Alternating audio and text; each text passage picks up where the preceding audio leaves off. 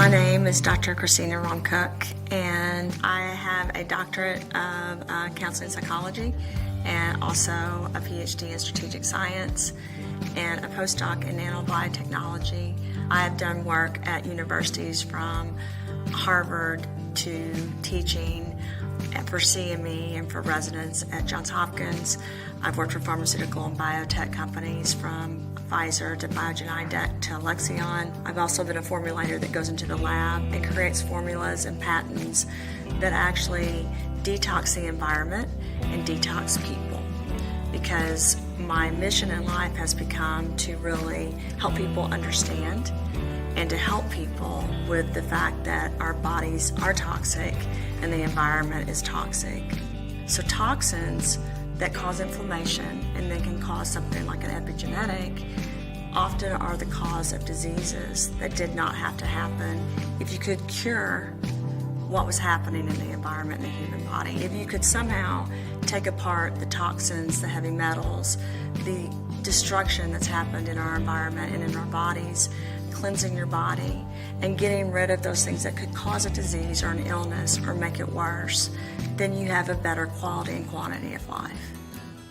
Cure the cause for me means that instead of curing a disease or an illness, you're stopping or curing what actually causes the disease or the illness. And that's a mission I think we each need to be on personally.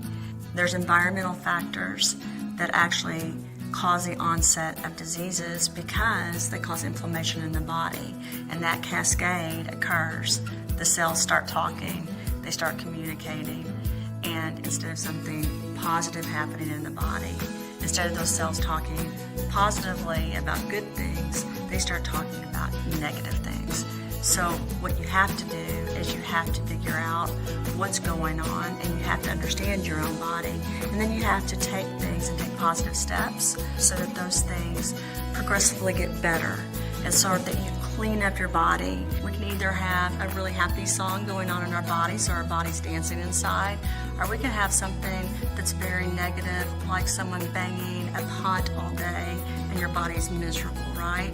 So that's what's amazing about accepting that you have the power to do that, and then going in and doing something about it personally, because you start understanding that while you can't control everything in the environment, you have some control over what you put inside of your body and what you're around and how you're impacting your life, and that's power.